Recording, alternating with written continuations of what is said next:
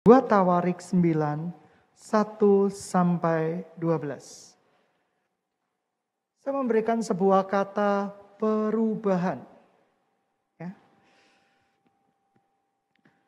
2 Tawarik 9, 1 sampai 12. Ketika Ratu Negeri Sheba mendengar kabar tentang Salomo, maka dengan pasukan pengiring yang sangat besar dengan unta-unta membawa rempah-rempah, banyak emas, batu permata yang mahal-mahal, datanglah ia ke Yerusalem, hendak menguji Salomo dengan teka-teki. Setelah ia sampai kepada Salomo, dipercakapkannya apa yang segala yang ada di hatinya dengan dia. Dan Salomo menjawab segala pertanyaan ratu itu. Bagi Salomo tidak ada yang tersembunyi dan yang tidak dapat dijawabnya untuk ratu itu.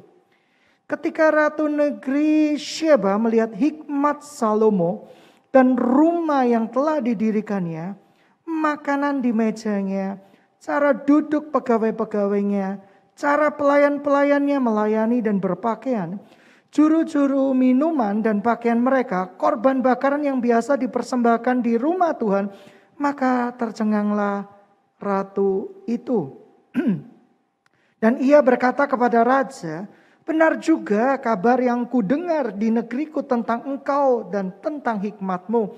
Tetapi aku tidak percaya perkataan-perkataan mereka sampai aku datang. Dan aku melihat dengan mataku sendiri, sungguh setengah dari hikmatmu yang besar itu belum diberitahukan kepadaku. Engkau melebihi kabar yang kudengar. Berbahagialah orang-orangmu, berbahagialah para pegawaimu ini yang selalu melayani engkau dan menyaksikan hikmatmu. Terpujilah Tuhan Allahmu yang telah berkenan kepadamu sedemikian, sehingga ia mendudukan engkau di tahtanya sebagai raja untuk Tuhan Allahmu. Karena Allahmu mengasihi orang Israel, maka ia menetapkan mereka selama-lamanya dan menjadikan engkau raja atas mereka untuk melakukan keadilan dan kebenaran. Lalu diberikan kepada raja 120 talenta emas, sangat banyak rempah-rempah, batu permata yang mahal-mahal. Tidak pernah ada lagi rempah-rempah yang diberikan Ratu Sheba seperti yang diberikan Ratu Sheba kepada Raja Salomo itu. Lagi pula hamba-hamba Huram dan hamba-hamba Salomo juga membawa emas dari Ofir, membawa juga kayu cendana, batu permata yang mahal-mahal. Raja mengerjakan kayu cendana itu menjadi tangga-tangga untuk rumah Tuhan, dan istana raja juga menjadi kecapi dan gambus untuk para penyanyi. Hal seperti itu tidak pernah kelihatan sebelumnya di tanah Yehuda. Raja Salomo memberikan kepada Ratu Negeri Sheba segala yang dikendakinya, yang dimintanya. Melebihi daripada itu yang dibawa ratu itu untuk raja. Lalu ratu itu berangkat pulang ke negerinya bersama dengan pegawai-pegawainya. Sesuatu yang luar biasa sekali yang dilakukan oleh Salomo. Kita tahu Salomo adalah orang yang sangat penuh dengan hikmat. Karena mendapat kasih dan anugerah Tuhan. Hikmat itu kasih dan anugerah Tuhan yang tidak bisa diperoleh dengan apapun juga kecuali Tuhan menghendakinya. Tetapi sesuatu yang menarik dari hal ini bahwa ternyata Salomo berhasil mengubah hal-hal yang sebelumnya tidak bisa diubah oleh generasi sebelumnya. Ia mengubah segala sesuatu, tatanan-tatanan yang sudah ada. Anda sudah tahu, mengubah tatanan itu tidak mudah. Ketika kita memperingati Natal dengan keluarga besar kita memperingati mungkin tahun baru Imlek bagi yang merayakannya. Kita punya tradisi-tradisi yang sukar untuk dirubah. Untuk Imlek yang paling menyenangkan bagi anak-anak adalah mendapat amplop merah. Yang menyedihkan bagi orang tua adalah amplop merah juga karena kita harus mengeluarkan, ya kan? Seperti itu. Tetapi sesuatu yang lucu bahwa tradisi itu sudah lama dan tidak bisa diganggu gugat. Ada beberapa keluarga menyiapkan makanan-makanan itu harus genap atau ganjil. Karena kalau genap nanti artinya mungkin makmur, kalau ganjil artinya tidak makmur. Dan selalu ada makanan yang hampir sama setiap tahun.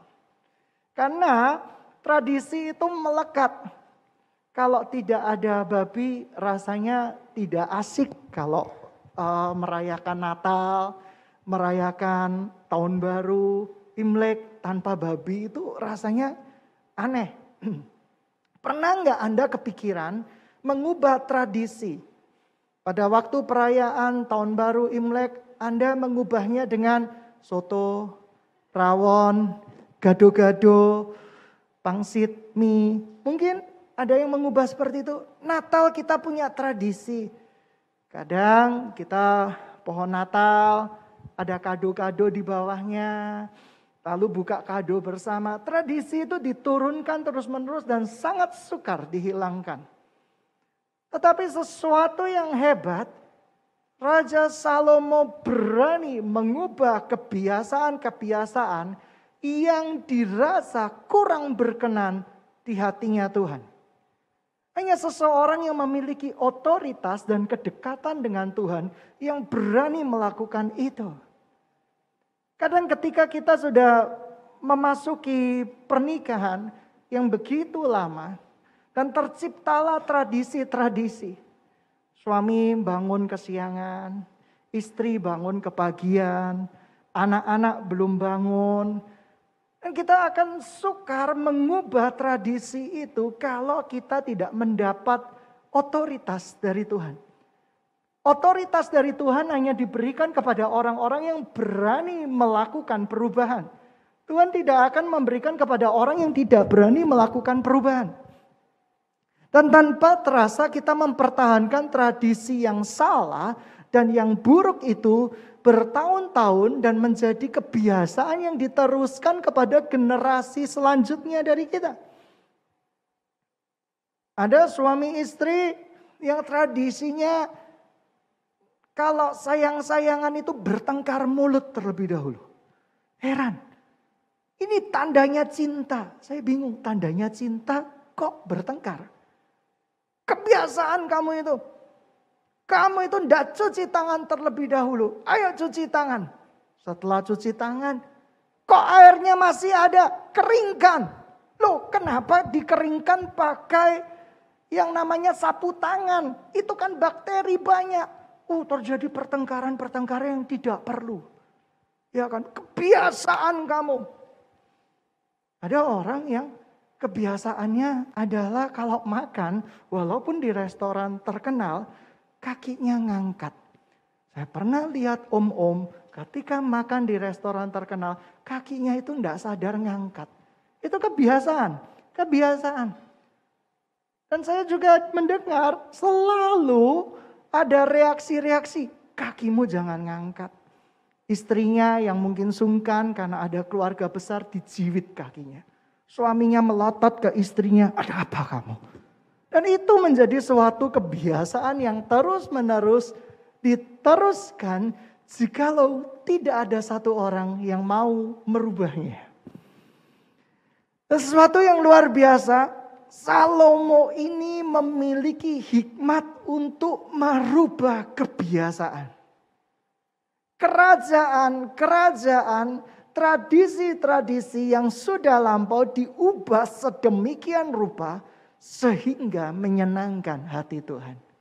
Engkau lihat cara berpakaian pelayannya pun diatur.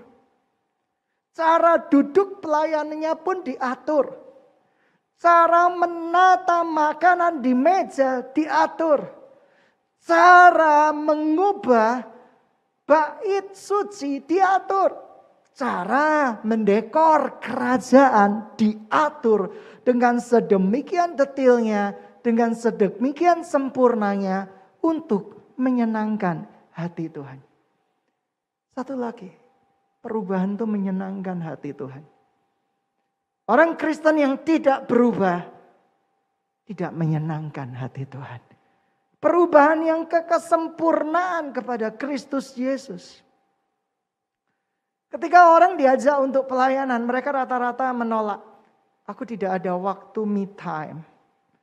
Hello? Kamu makan sendiri itu me time. Kamu tidur sendiri itu me time. Kamu cari uang untuk dirimu sendiri itu me time. Dan kau mengatakan tidak ada waktu untuk me time atau waktu untuk diriku. Anda tidak salah menghitung waktu Anda. Sedang jemaat yang dikasihi Tuhan, ketika kita mencari dunia dengan segala isinya, maka dunia ini akan binasa dan lenyap dengan segala keinginannya. Artinya apa? Kalau kita mengikuti hikmat dunia, maka kita akan lenyap dengan segala keinginannya. Saya ingat 1-2 tahun yang lalu ada orang yang menawari saya untuk trading. Dan saya dengan tegas berkata, no. Kenapa? Karena saya tidak tahu itu apa. Karena saya tidak tahu mekanismenya itu apa. Dan saya juga bilang sama orang tersebut, maaf saya tidak mau. Oh ini instan, ini cepat. 30 detik atau 15 menit atau 15 detik keuntungan Anda bisa berlipat kali ganda. Ini mudah dipelajari. Ketika saya baca sebentar, no, ini very high risk. And I think it's not trading. I think it's gambling. Saya bilang kayak gitu. Tapi orang tersebut berkata, susah berbicara dengan orang yang gak mau berubah pikirannya. Telepon ditutup, dongkol saya. Ini apa-apaan sih orang ini? Telepon sok kenal, tahu nama saya, tawar-tawarin, terus marah-marah, tidak jelas. Saya punya prinsip, segala sesuatu tawaran dan tipu daya dunia, saya tidak pernah mau. Karena Kristus ditawari oleh iblis tipu daya dunia, kekayaan dunia, dia tidak mau karena dia pemilik dunia ini. Saya anak dari pemilik dunia ini, dan saya tidak tergiur akan dunia ini, sebab dunia ini sudah dimiliki oleh ayah saya, yaitu Bapa di surga. Kenapa saya harus tergiur dengan segala sesuatu yang sebenarnya sudah disiapkan dan disediakan untuk orang-orang yang mengasihi dia. Tetapi yang suatu yang menarik, orang-orang itu kepingin instan. Dan ketika saya pelajari, oh ternyata ini yang membuat orang yang sangat tertarik. Sebuah tipuan kekayaan. Sekarang banyak influencer. Sebagian betul-betul kaya. Sebagian tipu-tipu. Mereka memamerkan kekayaan yang ada, yang mereka miliki. Dengan satu tujuan. Mungkin orang-orang supaya tergerak memiliki kekayaan yang sama dengan mereka. Tetapi kita tidak tahu ada manipulasi apa di balik semuanya itu. Kita tidak memahaminya. Oleh karena itu kita harus waspada. Saya selalu diajarkan. Tidak ada uang yang dihasilkan tanpa berjernih lelah. Artinya apa? Tidak ada uang judi itu tidak ada. Itu tidak membuat Tuhan berkenan sama sekali. Tapi sayangnya banyak orang yang tergoda dengan dapat hadiah dari bank, dapat hadiah yang instan yang seakan-akan itu mukjizat dari Tuhan. Tuhan tidak akan mengkhianati kedaulatannya. Tuhan tidak akan mengkhianati firman-Nya.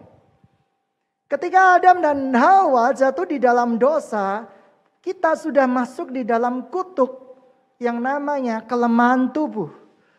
Dan Adam sudah terkena kutuk yang namanya dia harus berjernih lelah untuk menghasilkan buah-buahan, untuk ladangnya menghasilkan tuayan. Sidang jemaat yang dikasihi oleh Tuhan, oleh karena itu jangan mudah terbujuk tipu daya iblis. Dan benar, ternyata yang ditawarkan orang itu sekitar awal-awal pandemi adalah sebuah trading palsu yang patut diduga adalah perjudian. Ya. Dan sidang jemaat yang dikasihi Tuhan, manusia begitu mudah tertipu. Begitu mudah dibodohin. Begitu mudahnya disesatkan oleh tipu daya dunia. Dan sekali lagi saya sudah jelaskan bahwa Anda tidak bisa melakukan atau bekerja di dalam sesuatu yang Anda tidak kuasai sebelumnya. Anda bisa belajar terlebih dahulu seluk-beluknya, baru Anda terjun di dalamnya. Anda tidak akan menderita kerugian yang parah. Tetapi Anda yang tidak tahu, atau lebih tepatnya sok tahu, itu akan masuk di dalam berbagai macam pencobaan. Akan masuk di dalam berbagai macam kesialan dalam tanda kutip. Iblis itu pintar. Ketika Anda masuk di dalam sebuah trading yang palsu, Anda memasang uang 50 juta, Anda akan dapat 25 juta. Hanya 15 detik. Dan Anda yang begitu merasa Anda berhasil, Anda akan melipat gandakan itu. Dapat lagi. Manusia nggak pernah puas kan? Orang judi tidak akan pernah berhenti sampai pada satu titik. Nggak akan pernah. Karena ada hormon yang namanya adrenalin. Adrenalinnya itu akan berpacu dengan cepat. Dan akhirnya banyak orang yang hancur karena perjudian dalam kedok trading, dalam kedok saham, dalam kedok yang lain-lain. Dan setelah itu bunuh diri. Setelah itu hancur. Setelah itu terpisah hubungan dengan Tuhan. Setelah itu minta jawaban doa instan. Berapa banyak di Healing from Heaven orang-orang minta didoakan karena putus asa, terjerat hutang piutang. Dan Roh Kudus katakan di hati saya, ini karena trading. Trading yang palsu. Dan sidang jemaat yang dikasihi Tuhan ini mengerikan sekali. Dan orang yang punya kekayaan berlimpah seketika hancur karena kebodohan. Lawan daripada hikmat adalah kebodohan. Dan banyak orang bodoh karena tidak dekat sama Tuhan. Sidang jemaat yang dikasihi Tuhan. Perubahan itu dimulai dari satu, kita dekat sama Tuhan. Karena Tuhan adalah sumber daripada sumber hikmat. Yang kedua, kita mau berubah. Salomo, dia memiliki hikmat. Kalau dia nggak mau berubah, selesai. Tapi hikmat yang dari Tuhan selalu berbanding lurus dengan perubahan. Seseorang yang mengatakan memperoleh hikmat dari Tuhan, tetapi tidak berubah, itu tidak mungkin. Karena sumbernya adalah dari Tuhan. Gereja, persekutuan doa, keluarga harus berubah. Menjadi sebuah senternya yaitu Kristus, kita harus berubah ke kesempurnaan kepada Kristus. Kita harus berkata bahwa aku mau lebih lagi di dalam Tuhan. Aku mau lebih dalam lagi di dalam Kristus. Aku mau lebih dalam dan lebih dalam lagi di dalam Tuhan. Banyak orang masuk di dalam tipu daya dunia. Mereka meninggalkan perkara-perkara rohani. Mereka memisahkan dengan perkara-perkara sekuler. Ini sekuler, ini rohani. Padahal Tuhan tidak pernah memberikan pemisahan itu. Tuhan dengan jelas bahwa katakan, kamu adalah terang dunia. Jikalau terang itu ditaruh di bawah gantang, buat apa? Kamu itu garam dunia. Jikalau garam itu sudah tidak asin lagi, buat apa? Selain dibuang banyak orang. Dan banyak orang fasih menceritakan kebenaran firman Tuhan. Fasih di dalam memahami doktrin-doktrin kebenaran firman Tuhan. Tetapi sayangnya tidak menjadi pelaku-pelaku firman dan pelaku-pelaku kebenaran. Mereka berbicara, mereka mengajar, tetapi mereka tidak tinggal di dalam kebenaran firman Tuhan. Mereka berkata bahwa kita harus mencintai Tuhan Yesus. Tapi ke gereja, persekutuan umat percaya, itu pun harus setengah dipaksa. Aku tidak mendapatkan apa-apa. Kamu pikir Tuhan datang ke sini untuk melayani kamu? Sepihak, kamu bosnya. Oh, kita datang ke sini, kita melayani Tuhan.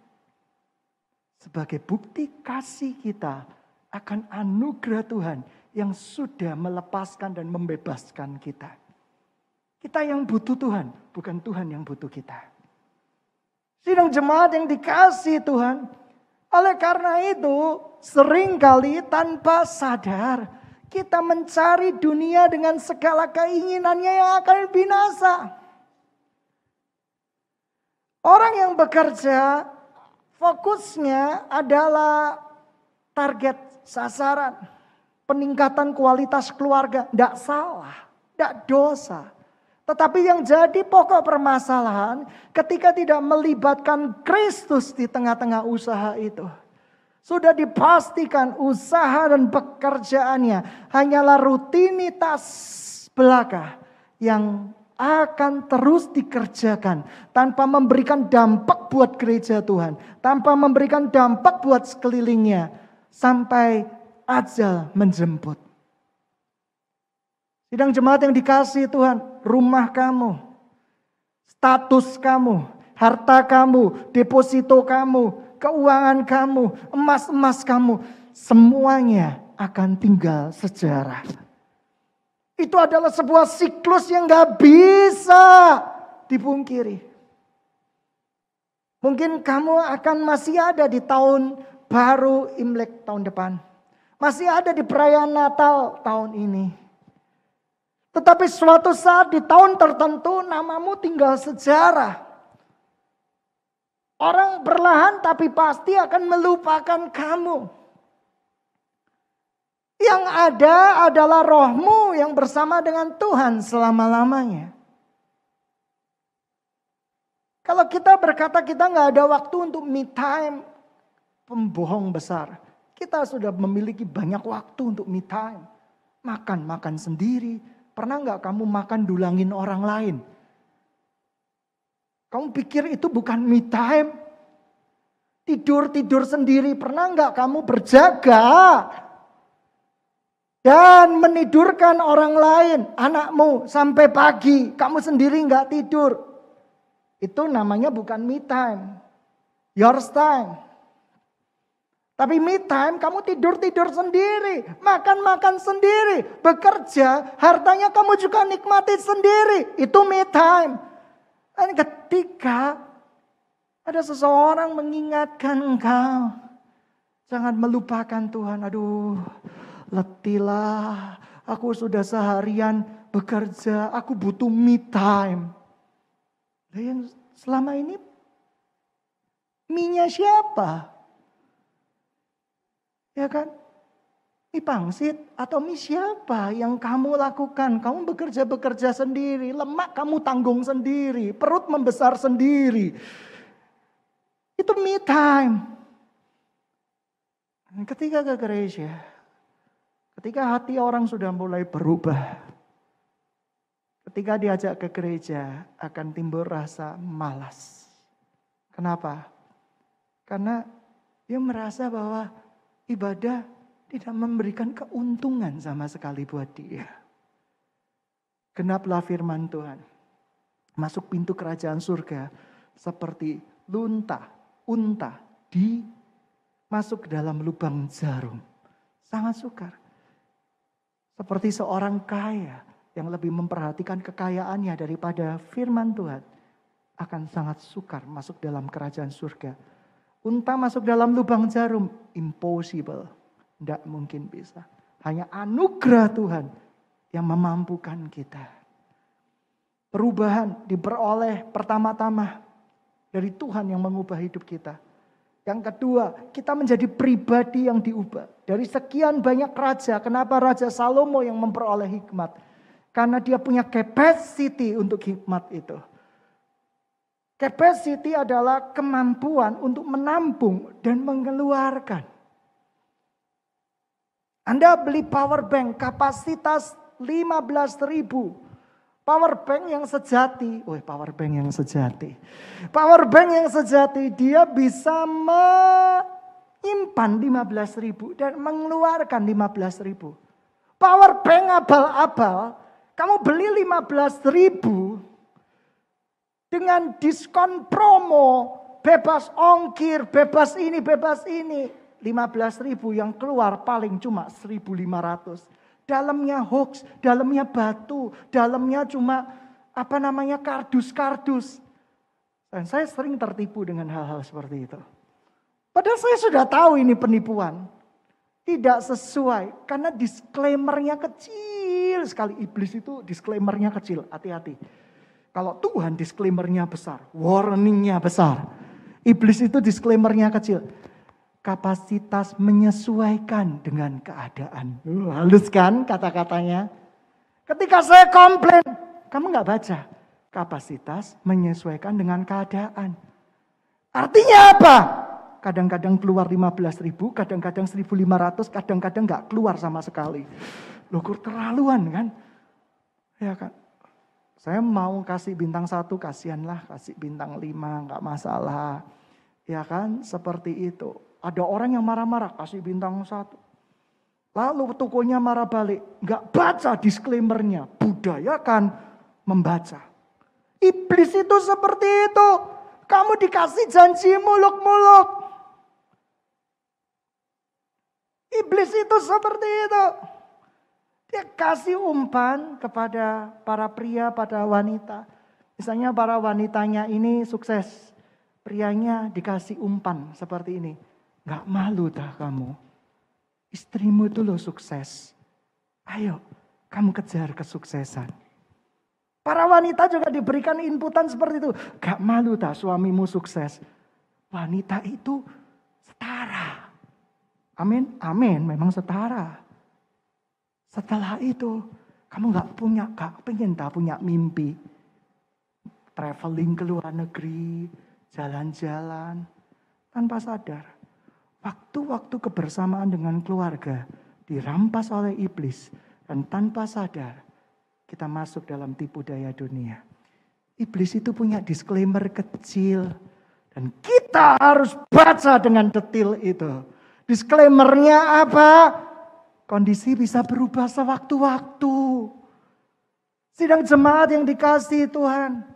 Tipu daya dunia ini selalu menarik hati kita. Siapa sih yang gak pingin kaya? Siapa sih yang gak pingin sukses? Pada satu titik, saya berkata sama Tuhan, kasih karuniamu cukup bagiku. Aku hanya menginginkan Engkau lebih lagi dan lebih lagi dan lebih lagi. Ketika saya sudah letih melayani orang, saya sudah letih bekerja.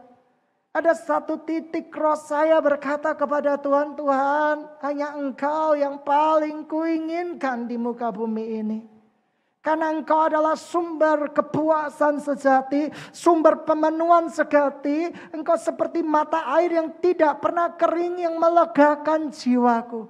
Dan ketika aku sudah tidak ada di bumi ini lagi, hanya Engkau yang menjadi kebanggaanku. Hanya Engkau yang menjadi sukacitaku. Oleh karena itu, kita belajar mengubah pola waktu kita. Perubahan itu penting. Gereja harus mulai berubah. Keluarga harus mulai berubah. Ada orang yang punya kebiasaan yang bagus. Nenek saya selalu bangun pagi. Jam 3 pagi, jam 4 pagi. Dulu tidak ada air mineral. Nenek saya memasak air. Merebus. Dan kebiasaan itu diulang terus. Itu kebiasaan yang baik. Kalau kita tidur jam 8. Kadang sampai jam 9. Tidurnya jam berapa? Bisa jam 1 pagi, jam 2 pagi, jam 3 pagi. Suatu saat ketika saya di dalam doa, saya iseng buka. Masih banyak orang yang statusnya jam 2 pagi, jam 3 pagi. Dan orang-orang yang sama.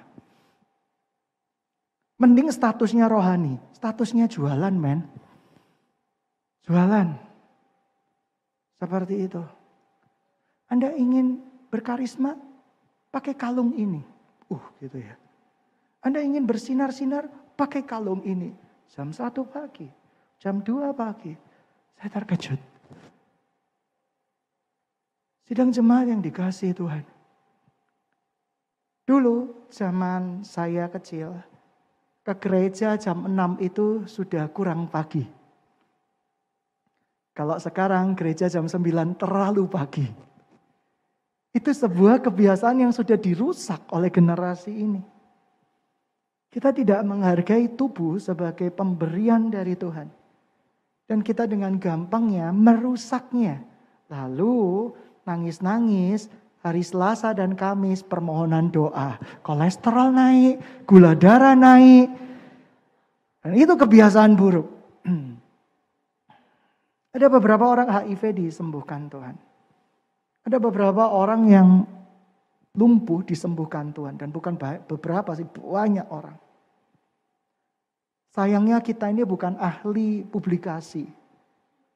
Kita ini bukan hoax, real. Kejadiannya ada, buktinya nyata, tapi kita tidak gembar-gemborkan untuk mendapatkan clickbait. Clickbait itu apa? Follower. Tapi sementara orang lain yang tidak ada kejadian apa-apa dibesar-besarkan seakan-akan ada mujizat itu, padahal kalau Anda perhatikan tidak ada mujizat apapun. Karena apa? Karena clickbait. Kemampuan seseorang untuk memberikan gambaran di awal. Disclaimer-nya, gambaran di awal selalu berbeda. Contoh clickbait seperti ini. Nggak boleh sebut nama ya, nanti kena undang-undang ITE gitu ya, seperti itu. Clickbait, gambar pertama di YouTube, kamu lihat ada seorang hamba Tuhan merebahkan ribuan orang. Padahal itu cuma Photoshop. Begitu Anda klik, dalamnya enggak. Ada gambar orang tiba-tiba menobatkan bintang film Korea di sebelahnya. Wih, bintang film Korea pun terkejut mendengarkan firman Tuhan ini. Ya kan? Tergoda enggak kamu ngeklik? Tergoda, padahal enggak ada. Hoax enggak itu? Hoax. Penipuan enggak? Penipuan. Tapi itu yang disenangi orang. Orang itu suka yang tipu-tipu. Karena yang tipu-tipu itu lebih bombastis daripada yang nyata. Mana ada sih kamu mau masuk di dalam sebuah perusahaan kayak gini. Nah, kamu masuk ke perusahaan ini, kamu harus bekerja keras. Sungguh, waktu bisa 24 jam loh bekerja di perusahaan ini. Penghasilan tidak jelas nak. Ya, kira-kira kamu tergoda masuk enggak? Oh enggak. Kamu akan tergoda dengan sebuah perusahaan yang berkata, 1 jam saja. Investasikan waktumu, 1 jam saja. Tahun depan kamu dapat rumah impianmu. Iya, kamu dapat rumah impianmu, rumah Barbie kecil itu. Dan kebanyakan buntung. 1 jam saja, 1 jam saja. 1 jam nenek moyang kita. Seperti itu. Ya kan? Saya pernah keceplosan ngomong, kan kebiasaan ya.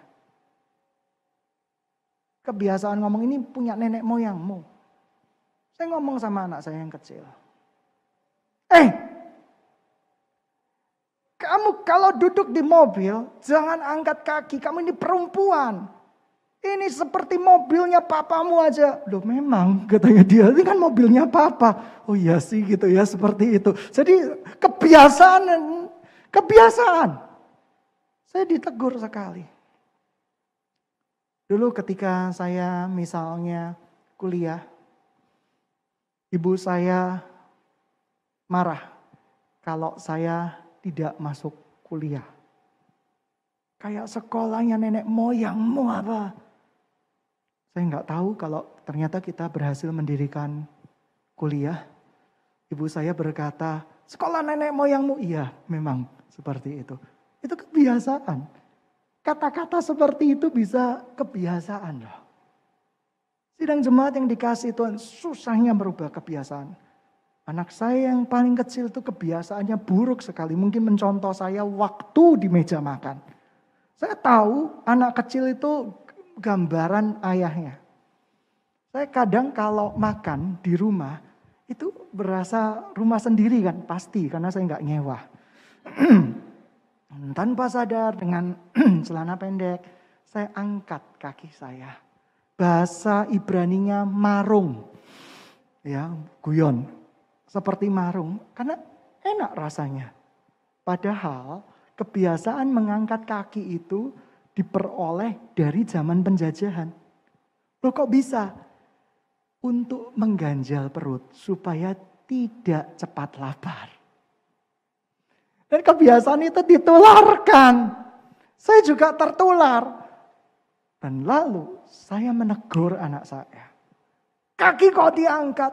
Roh Kudus katakan, kamu sendiri turunin kaki dulu. Oh iya juga ya.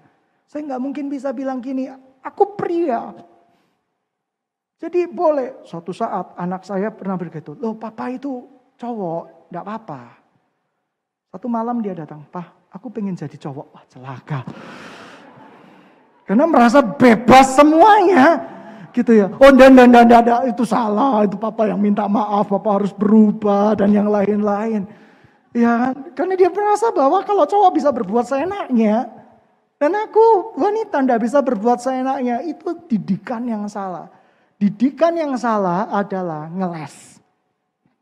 Iya kan, ngeles. Oh, kok aku kan cowok, gak apa-apa, kamu itu cewek. Itu didikan yang salah. Dan saya mau mendidik dengan benar. Oh ya, saya salah, saya minta maaf. Saya belajar mempraktekkan itu. Gembala tidak selalu benar. Karena hanya kebenaran itu milik Kristus. Kalau gembala selalu benar, saya akan mudah memanipulasi Anda. Ya kan? Tapi ketika Anda belajar firman Tuhan sama-sama, makanya kita ada sekolah misi kan, belajar firman Tuhan sama-sama. Kalau gembalanya ngawur, kalian bisa tegur. Ya kan? Gembalanya bilang, aku S3. Aku juga S3.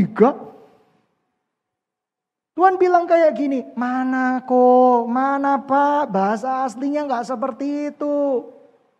Ayo bertobat. Loh enak kan?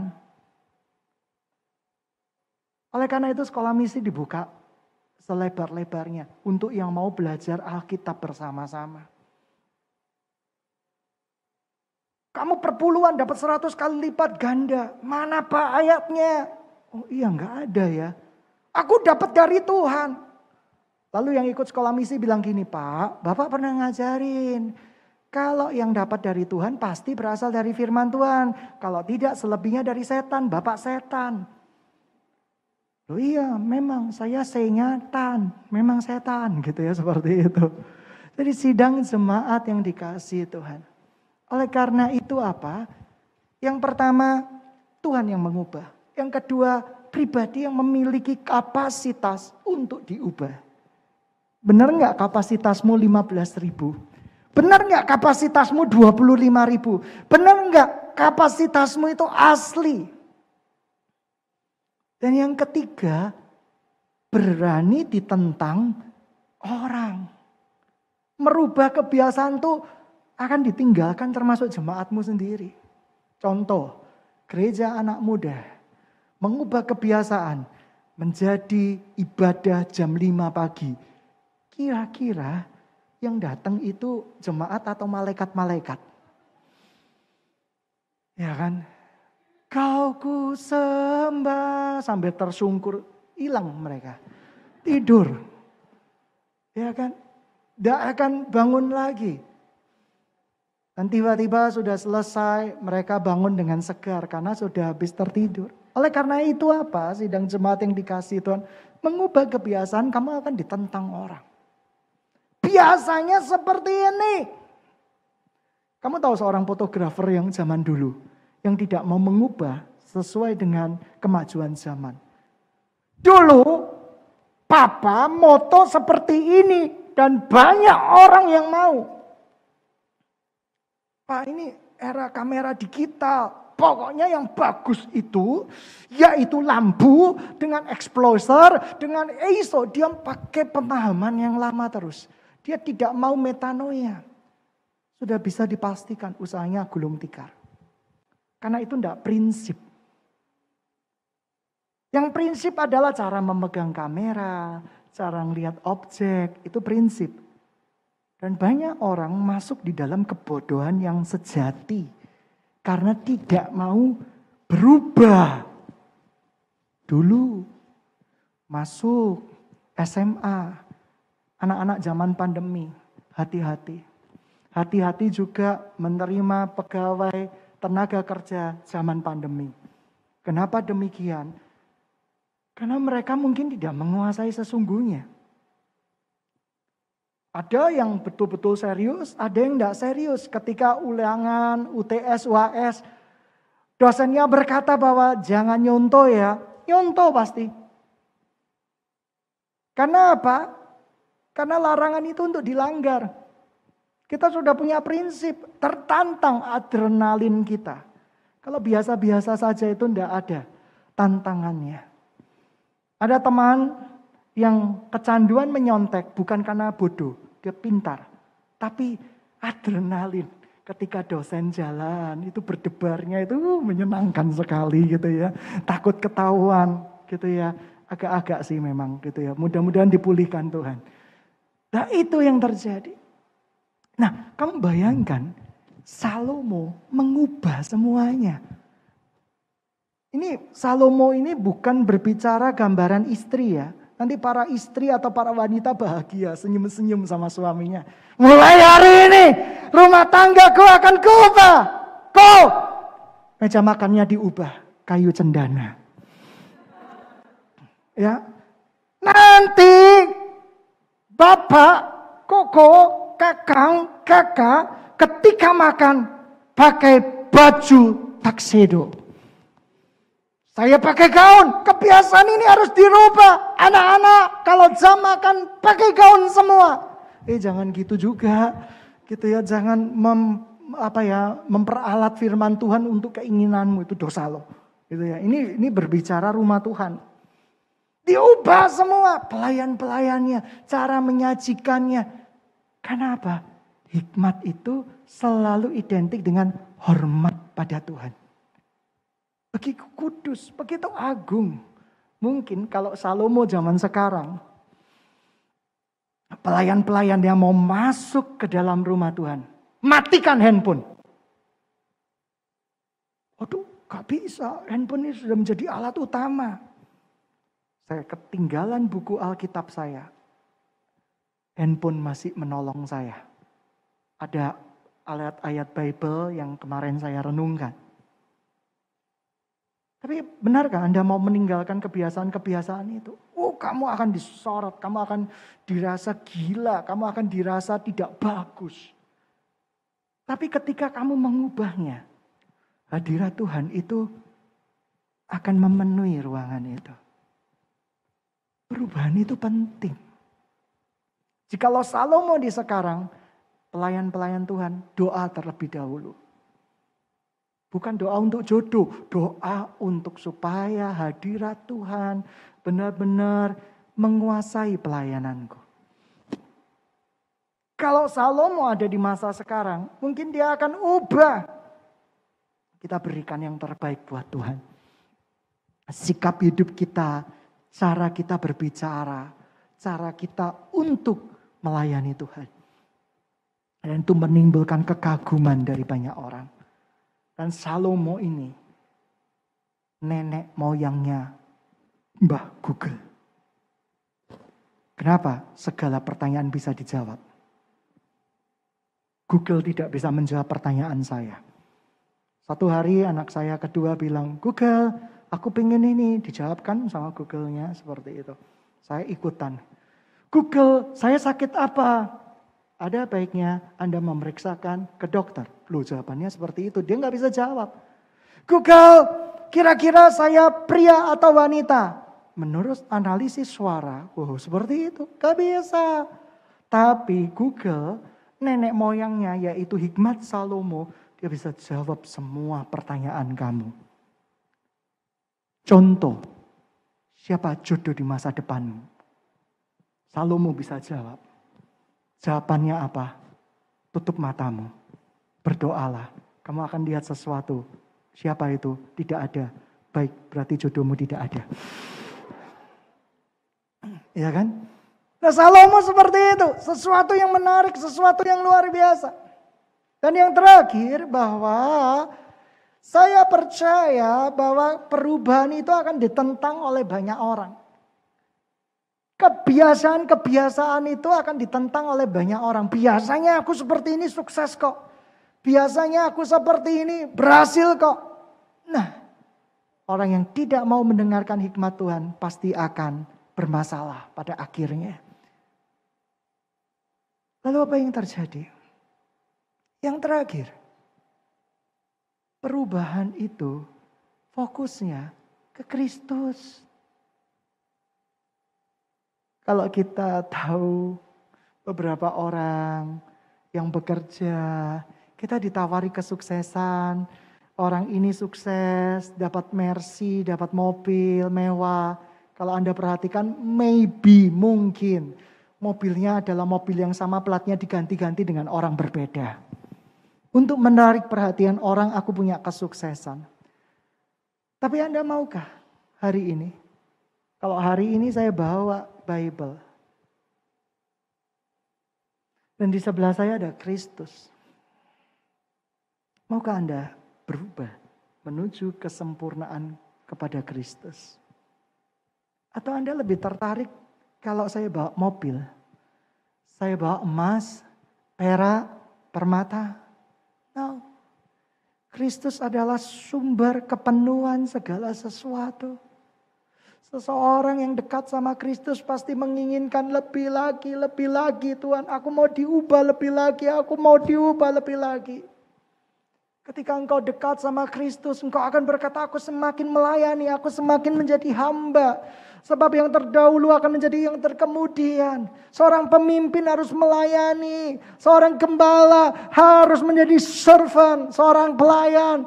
Aku anak Tuhan, aku mau melayanimu Tuhan, aku mau lebih lagi.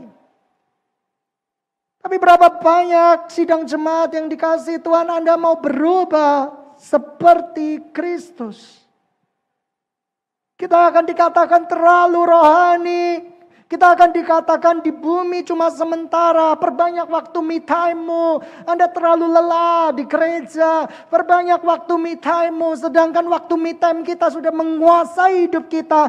Bahkan hampir 100% di dalam kehidupan kita. Apakah nyanyian-nyanyian kita di gereja palsu semua? Selain kau tiada yang lain. Malaikat akan kor, bohong. Yang ku ingini di bumi bohong. Selain kau, ngibul gitu ya. Kenapa? Karena itu hanya di bibir kita. Hati kita gak berubah. Sidang jemaat yang dikasih Tuhan, Kristus center kita. Kalau kita tidak mau diubahkan menjadi semakin lama semakin serupa dengan Kristus, kita artinya tidak dimiliki oleh Kristus. Kita tidak dimiliki oleh Kristus. Kita tidak memiliki Kristus.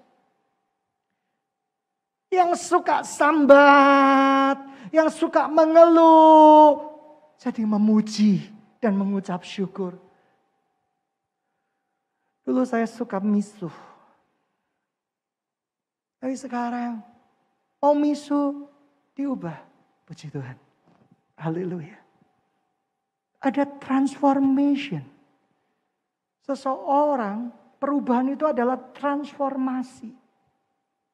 Menjadi serupa dengan fokusnya, yaitu Kristus. Kristus fokus kita, senternya cuma Kristus. Setiap hari karena Kristus, kita diselamatkan karena Kristus. Di surga, di bawah kolong langit ini, tidak ada satupun nama yang diberikan selain nama Kristus, yang oleh karenanya kita diselamatkan dan beroleh hidup yang kekal. Sidang jemaat yang dikasihi Tuhan, center kita Kristus. Kristus memberikan sebuah contoh yang luar biasa. Ia pagi-pagi buta mencari Bapaknya. Sebuah kebiasaan yang baik, kebiasaan yang sungguh-sungguh mengubah hidupnya. Dan berapa banyak pelayan-pelayan Tuhan, hamba-hamba Tuhan, gembala-gembala sidang mungkin yang tidak pernah menginvestasikan waktu duduk di bawah kaki Tuhan Yesus, mendengarkan suaranya. Kita begitu banyak melihat tipu daya dunia. Kita terlalu banyak melihat seseorang yang dipromosikan karena clickbait, yang dipromosikan karena ilmu-ilmu promosi. Tetapi orang yang dekat dengan Tuhan, engkau bisa merasakan kehidupan dia, ada kehidupan doa atau tidak.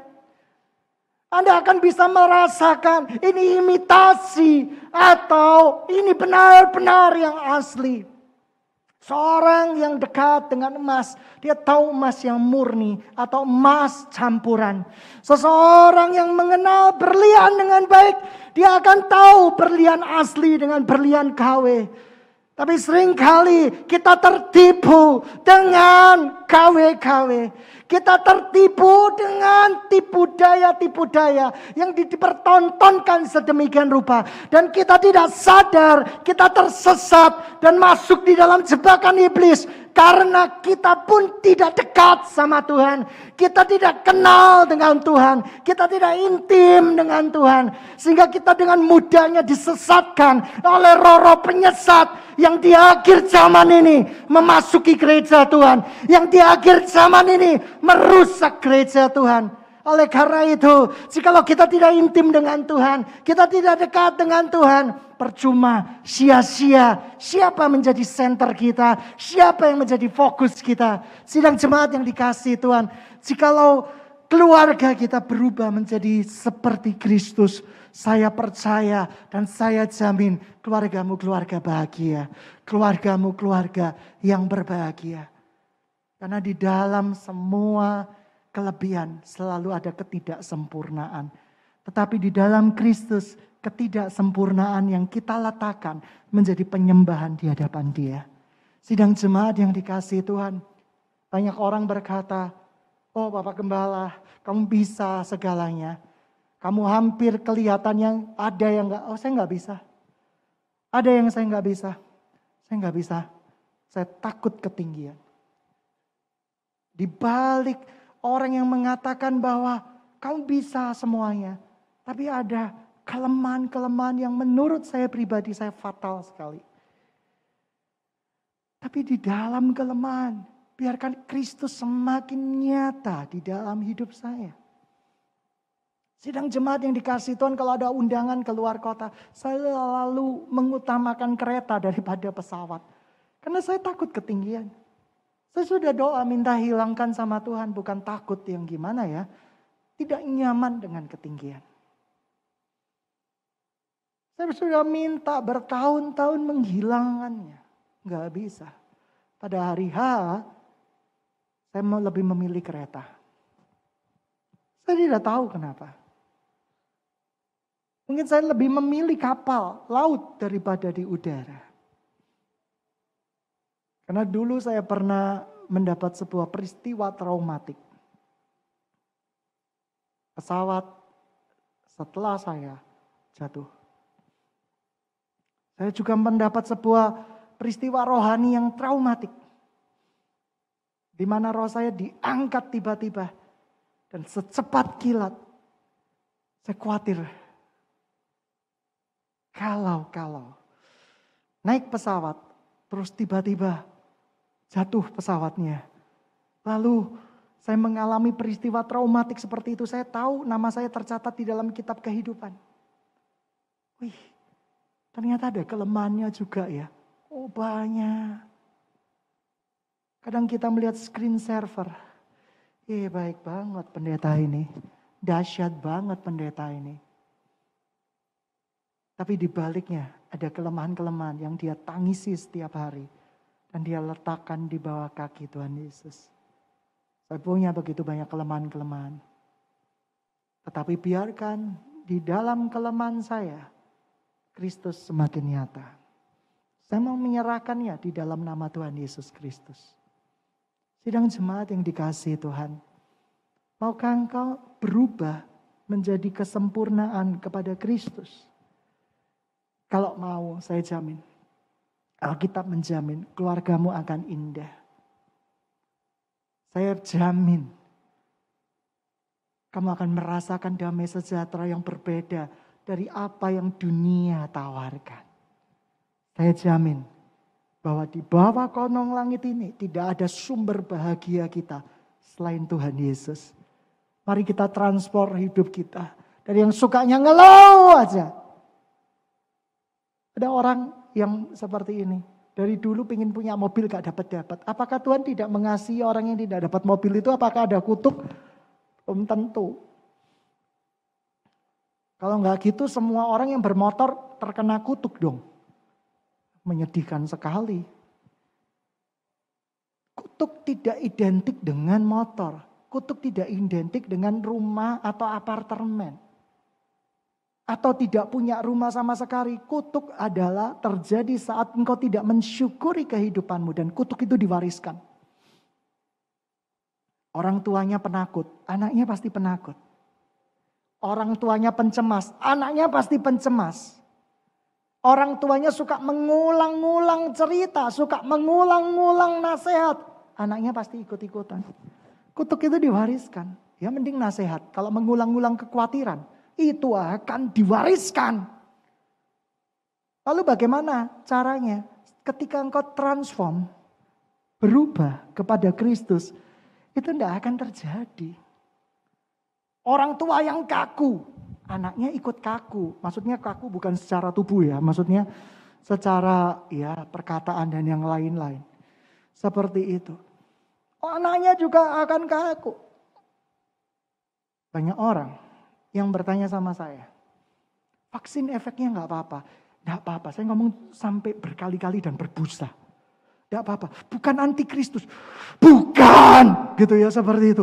Yakin tidak ada 6666 muncul di cairan itu. Aduh, otak saya nggak nyampe, saya bilang kayak gitu. Kenapa kamu mau vaksin BCG, DTP, polio? Kenapa nggak mau vaksin ini sih, gitu loh. Kita bukan orang-orang yang terlalu suka dengan teori conspiration. Asalkan itu masuk akal. Asalkan itu sesuai dengan riset ilmiah, selesai. Akan ada waktunya angkatan 666 itu. Dan sebentar lagi akan ada waktunya wabah bisul itu. Dan mungkin itu itu akan terjadi dalam kurun waktu 10 tahun ini. Tetapi kalau Anda dekat sama Tuhan dan tahu pimpinan Tuhan, jangan pernah membuat segala sesuatunya itu kelihatannya buruk. Sidang jemaat yang dikasihi Tuhan, Tuhan berkata, dulu awal-awal vaksin saya takut. Saya takut sekali. Karena berita angkatan 666 itu kuat sekali. Dimasukkan di dalam tubuh chip. Walaupun saya seorang sarjana S3 dan sudah lulus, saya juga pernah masuk sarjana kimia. Ketika saya pelajari, kok gak masuk akal ya. Ya apa cairannya itu. Saya belajar jurnal-jurnalnya. Saya tersenyum simpul. Oh iya, kalau efek sampingnya banyak mungkin. Karena vaksin ini dibuat dalam kondisi darurat. Tidak melalui riset sampai puluhan tahun. Tetapi karena ini adalah virus yang dinonaktifkan seperti proses pembuatan virus-virus yang sebelumnya, antivirus sebelumnya, akhirnya saya, it's okay, gak masalah. Hikmat kan, minta hikmat sama Tuhan. Jangan pokoknya gitu, pokoknya 666. Repot sama om-om, tante-tante, kakek-kakek, nenek-nenek, bapak-bapak, ibu-ibu yang jurusnya pokoknya. Sudah ditekankan, pokoknya gini.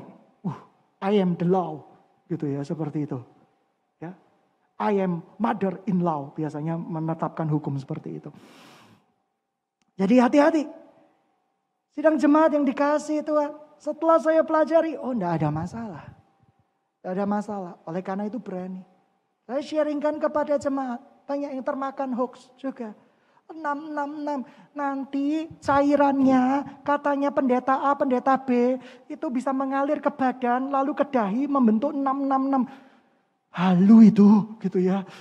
Saya berkata itu pendeta halusinatif. Tidak seperti itu juga kali, gitu ya. Seperti itu cairan. Sampai orangnya gemeteran dan difoto. Lihat, tangannya itu pakai sarung tangan tidak biasa. Warnanya hitam. Loh, sarung tangan mau coklat, hitam, putih itu sarung tangan. Gitu ya, ada unsur kegelapannya. Ya ampun Tuhan. Ya Yesus ngomong sama orang yang sudah pokoknya itu susah setengah mati. Susah setengah mati. Ya, kalau saya bisa saya tumpang tangan, tumpang kaki, injak-injak lalu duduk.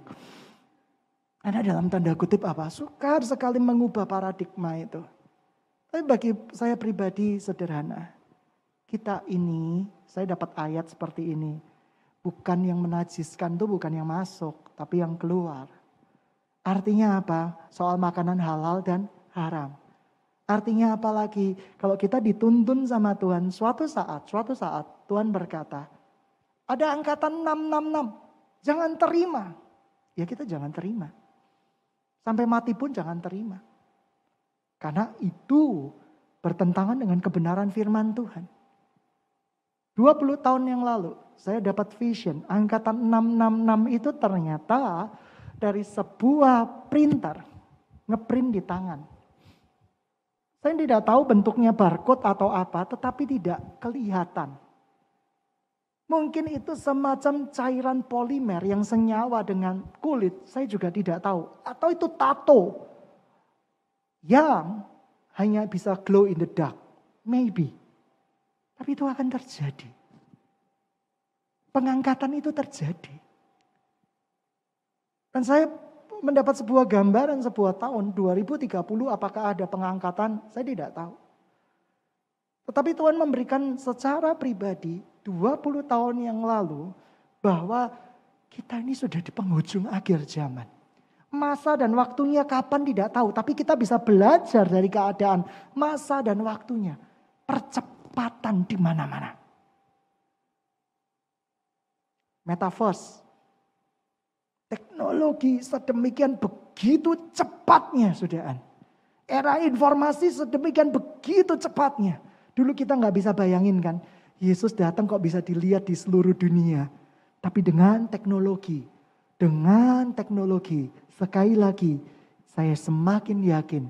Nubuatan firman Tuhan sudah digenapi. Dan akan digenapi. Sidang jemaat berjaga-jaga. Pencuri itu akan segera datang. Pembinasa itu akan segera datang. Oleh karena itu berjaga-jaga. Selamatkan keluargamu, selamatkan anak-anakmu. Tapi kita berjaga-jaga bukan karena ketakutan akan akhir zaman. Berjaga-jaga seperti seorang mempelai yang menyambut mempelai. Seorang mempelai yang menyambut pasangannya. Kristus adalah mempelai agung itu. Dia akan menjemput gerejanya. Dan itu pasti dan tidak mungkin tidak. Oleh karena itu berjaga-jaga dan berwaspadalah. Karena apa? Karena harinya kamu tidak tahu. The day sudah tidak tahu. Akan ada perang. Akan ada gempa bumi. Bumi tidak lagi nyaman dihuni. Anda sudah mendengar berita-beritanya. Bumi sudah kurang nyaman untuk dihuni. Beberapa orang mengatakan sebagian dari pulau Jawa di tahun 2050 Jakarta mungkin tenggelam. Surabaya di pesisir mungkin tenggelam. Itu prediksi. Tapi waktu bisa berjalan dengan cepatnya. Tidak ada satu tempat aman di muka bumi ini. Kecuali dalam pelukan Bapa Surgawi. Tidak ada satupun usaha yang aman di muka bumi ini. Kecuali kita aman di dalam pelukan Bapa. Aman di dalam tangan Bapa. Tidak ada satupun perusahaan yang aman hari ini. Facebook dalam satu hari hartanya hancur berapa T. Dan pendirinya keluar dari 10 orang besar terkaya di dunia. Tidak ada yang abadi. Tidak ada yang bisa kamu pegang. Kecuali firman Tuhan. Kebenaran-kebenarannya yang memerdekakan kita.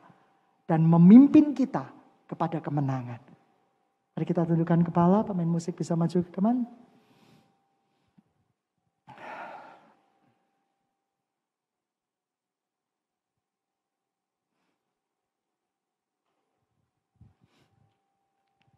Mari kita bangkit berdiri bersama-sama.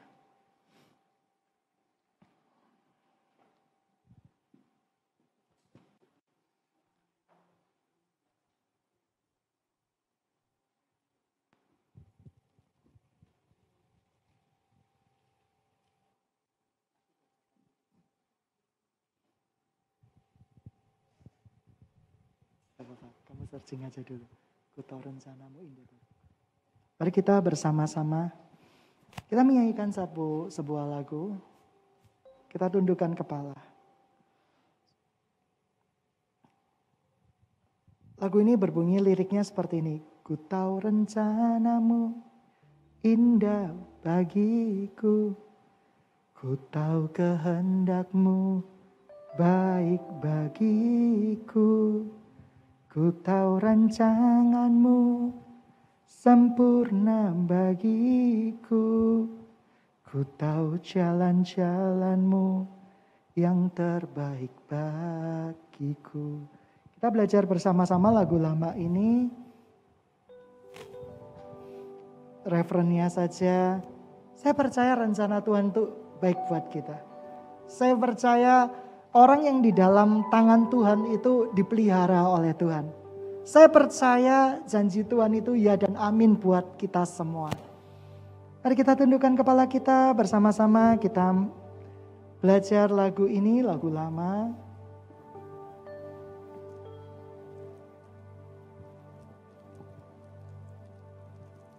Ku tahu rencanamu,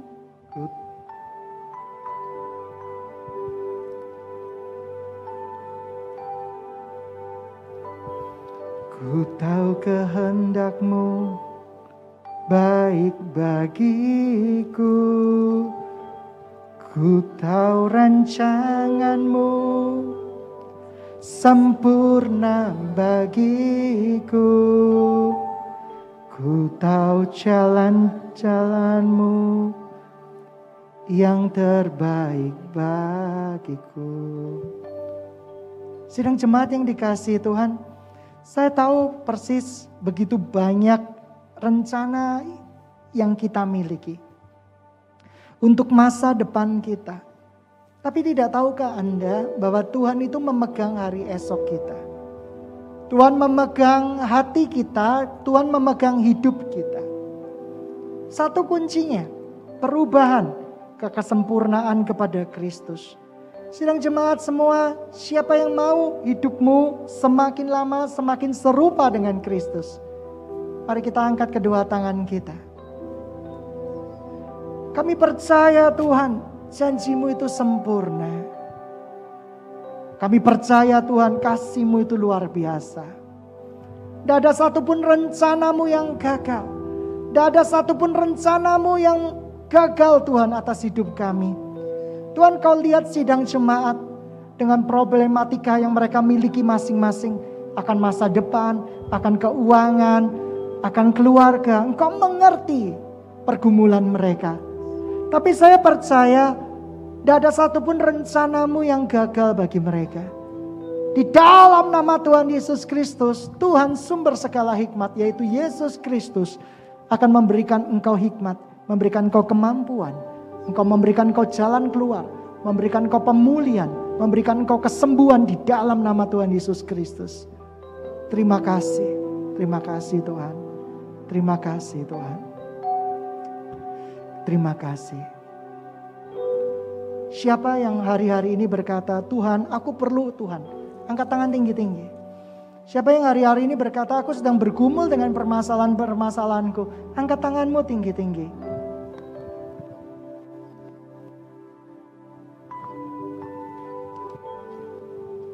Kami percaya Tuhan, kami percaya. Sikiramata khairana syakara parala parala. Sikiramata karamata kara parala parala parala parala. Kau baik Tuhan, Kau baik. Sikirana karapa sikira para karama sakara. Bapakku, Kau paling mengerti segala lemahku, segala dukaku. Bapakku. Bapakku, Kau yang menulis kisahku dengan cintamu, dengan kasih-Mu. Tawa dan air mata ku jalani bersamamu. Kau yang melukiskan rencana yang indah, yang ku rindu selamanya di hati, selamanya di mimpimu, selamanya di hati Bapa. Yang ku rindu selamanya di hati, selamanya di mimpimu, selamanya di hati Bapa. Bapakku, Kau yang paling mengerti keadaan kami. Bapakku, Kau paling mengerti segala lemahku, segala lukaku. Bapakku, Kau yang menulis kisahku dengan cintamu, dengan kasih-Mu. Tawa dan air mata ku jalani bersamamu. Kau yang melukiskan rencana yang indah, yang ku rindu selamanya di hati, selamanya di mimpimu, selamanya di hati Bapa. Yang ku rindu selamanya di hati, selamanya di mimpimu, selamanya di hati Bapa. Biar sidang jemaat yang menyanyikan lagu ini. Bapakku, Kau yang paling mengerti aku. Bapakku, Kau paling mengerti segala lemahku, segala lukaku. Bapakku, Kau yang menulis kisahku dengan cintamu, dengan kasih-Mu.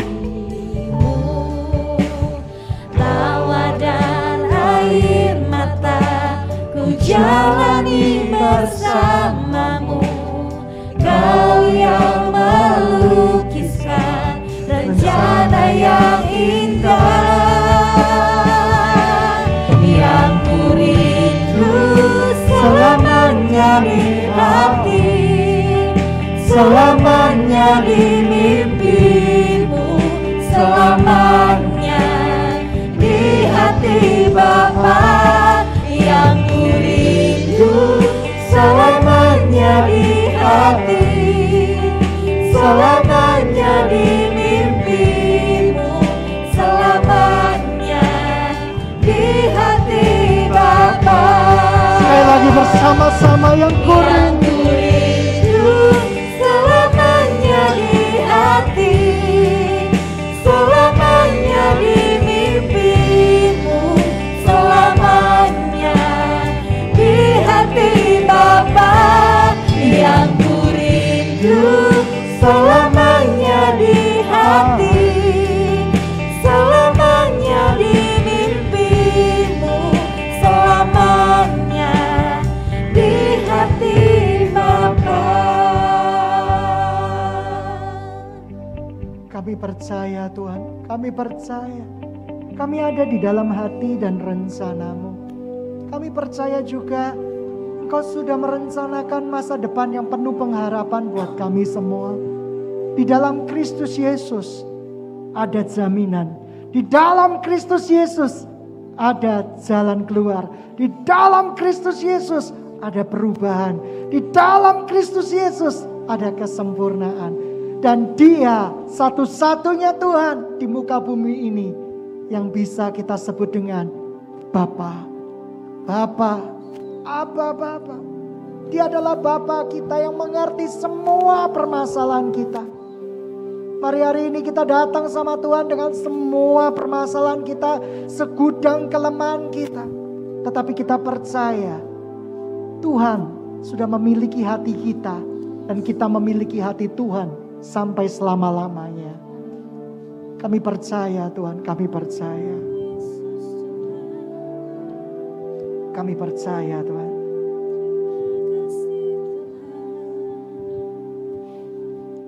Tawadan. Kami percaya Tuhan, kami percaya. Kita persiapkan perjamuan suci di tangan kita masing-masing.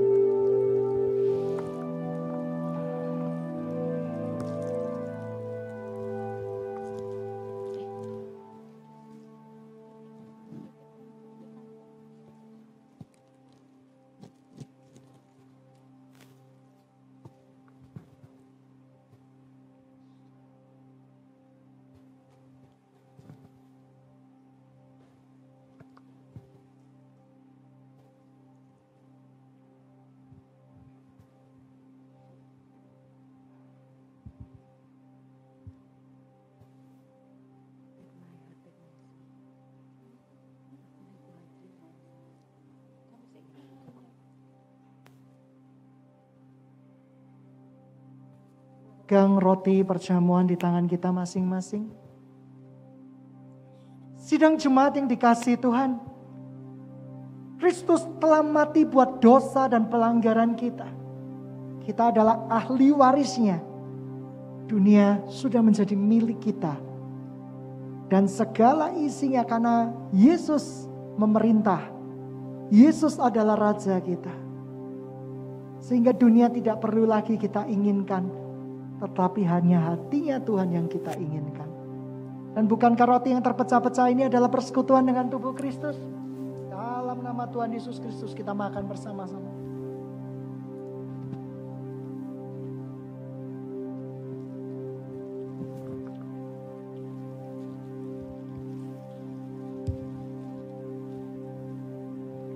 Dan bukankah lalu Tuhan Yesus mengangkat cawan yang berisi anggur perjamuan. Dia berkata kepada murid-muridnya, inilah darahku yang akan tercurah untuk pengampunan dosamu. Minumlah sebagai peringatan akan aku. Kita minum bersama-sama dalam nama Tuhan Yesus Kristus.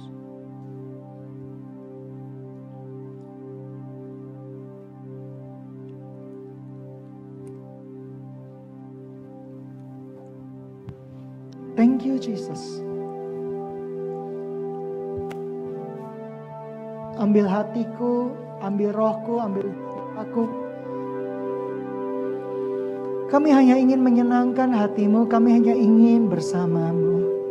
Di dalam kasih penyembahan kepadamu. Kami hanya menginginkan Engkau ya Yesus. Terima kasih untuk sekarang.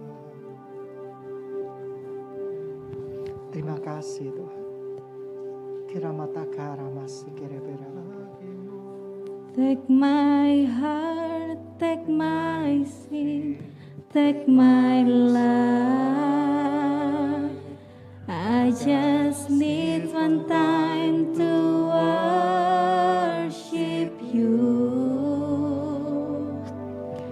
Take my heart, take my breath, take my life, Jesus. You are my everything. Sekali lagi kita nyanyikan bersama-sama Take lagu. my heart, take my sin, take my life. I just need one time to worship you. Take my breath, take my life, Jesus. You are my everything. Sekali lagi katakan. Take my soul, take my sin, take my life. I just need one time to worship you. Take my heart, take my breath, take my life, Jesus. You are my everything. Jesus, you're the only one, and forever let all the glory be to your name. You're the one that I desire to worship forever. You are my everything. Jesus, Jesus, you're the only one, and forever let all the glory be to your name. You're the one that I desire to worship forever. You are my everything.